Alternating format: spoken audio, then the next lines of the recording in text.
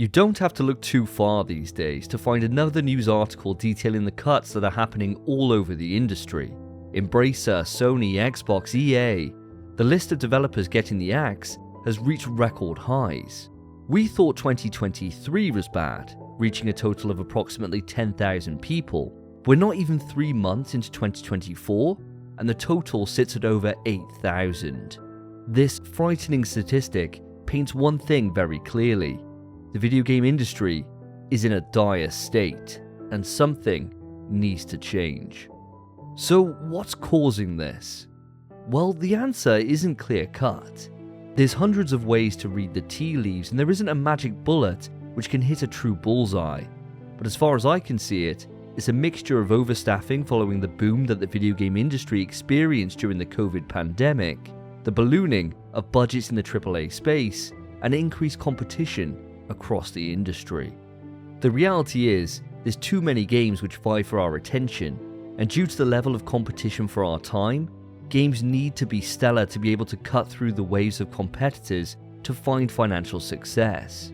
To do this, publishers and game studios were given longer development cycles, and each month that goes on adds more and more cost to the finished product. This then leads to a situation where 4 or 5 year development cycles are considered normality.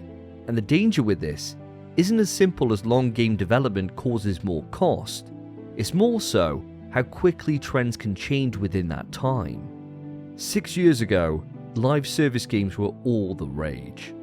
Fortnite and PUBG paved the way for what was to follow, with Apex Legends coming out 5 years ago last month, showing there is still room for more players within this space. If you were starting game development back then, you could read into it that this was a space you had to be involved in. The profit was there. It was a market with untapped potential, and so you pour millions of dollars into a game with the knowledge that this was a certified win for the long haul. Flash forward a few years, and the tides have changed. Live service has now almost become a swear word. The aggressive monetization and bare-bones launch content that many of these services provide can't stand with the already established legacy of the old guard. A recent example of this happened just last month.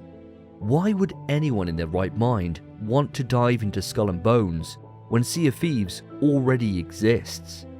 When the game was first revealed back in 2017, there was a chance it could have been something.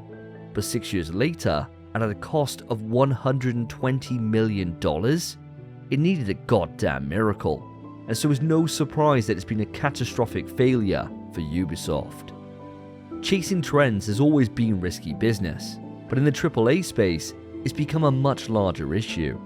Games which have always hit within a demographic have been fit within larger trends to try and capture some of the live service pie. Avengers and most recently Suicide Squad Kill the Justice League are games which, if launched as co-op story experiences, would have been able to tell a compelling story, and I'm sure would have found success. But these games were watered down to fit within a publisher-mandated live service push, ultimately appealing to no one. Long game development times make chasing a trend a particularly scary prospect, and as evidenced by these recent failures, you can spend all the money in the world in trying to appeal to a large consumer base, but if the game would be better suited under a different model, all you're doing is undermining what makes that IP so special, ultimately leading to the game appealing to no one. And when the costs for development are as high as they are, these failures lead to drops in projected income for a company, which in turn leads to the share price falling. The company then needs to recoup cash, and you can see where this is going. With any company, the biggest cost is people, and it's the developers that pay the price. But what if we look outside of live service games and focus on single player experiences? Surely these are doing okay, right? Wrong. We recently learned that Spider-Man 2, which released last year to fantastic sales of over 10 million and an exceptional Metacritic of 90%, cost a staggering $300 million to make. $300 million. That's 3 times the budget of the first entry. Now, did it make its money back? Well, of course it did. But this is Spider-Man. an IP which if handled with care will print money. If the rumours are to be believed, Grand Theft Auto 6 is on track to have cost $1 billion. Now I have no doubt the Rockstar will make that value back within a day on the market, but these are outliers. Games which have a strong IP and studios with a stamp of quality which has been earned from years of goodwill within the gaming industry. If budgets continue to increase at the rate they are seeming to, all we can expect is more and more failure from the games which don't have the brand recognition or legacy of the likes of Insomniac and Rockstar. Now if you cast your mind back 10 years ago, if a game sold 1 million copies, it was a guaranteed success. But now, that's a thing of the past. Alan Wake 2 released in October to critical acclaim, netting a ton of game awards and a Metacritic of 89%. Yet here we are, learning that at 1.3 million units sold as of February, it still hasn't recouped its development cost. It's a game which has done pretty much everything right, yet still hasn't found the success it needs to justify its own existence within the market. All this does is back up that the gaming industry is in a tight spot right now. Gaming is larger than it's ever been, and the ways to monetize content is more prevalent than ever before. But due to how much competition there is within the market right now, there's no way of knowing if what you set out to make will ever return a profit. I remember when I was a kid, there would be months on end without game releases. Summer was non-existent, the months after Christmas up until March were dead zones. But then, as years went on, these started to fill up. And here we are now with every single week a new game releasing, vying for our wallets and our time. It's simply too much. Now I'm not saying the competition is wrong. Competition ultimately breeds excellence. The pressure of outperforming your competitors creates diamonds. But with anything, only the cream rises to the top, and the rest sink into the depths of obscurity, as more and more devs pay the ultimate price thanks to the insane budgets which are thrown into bringing these projects to market. Now there's one other factor that increasing budgets has on gaming, and that's a reluctance to take risks. If we put ourselves in the publisher's shoes, it's easy to see why this is. Would you greenlight a game from a familiar IP with a known fanbase, or a new project? Would you stick to a familiar genre which has been refined over countless years, or strike out with something entirely different? If you were the one making a $100 million investment, the smart play is to keep it as safe as possible. AAA gaming has long been in this space. Sure, we may get new IP, but the amount of titles which are completely out of left field are few and far between. You can expect most are third-person action adventures or shooters, where you move through environments, get story delivered to you through cutscenes and environmental storytelling, then move on to do a bit more fighting before the next cutscene. And there's nothing wrong with that. Hell, some of my favourite games of all time follow this model, but it certainly doesn't spew originality.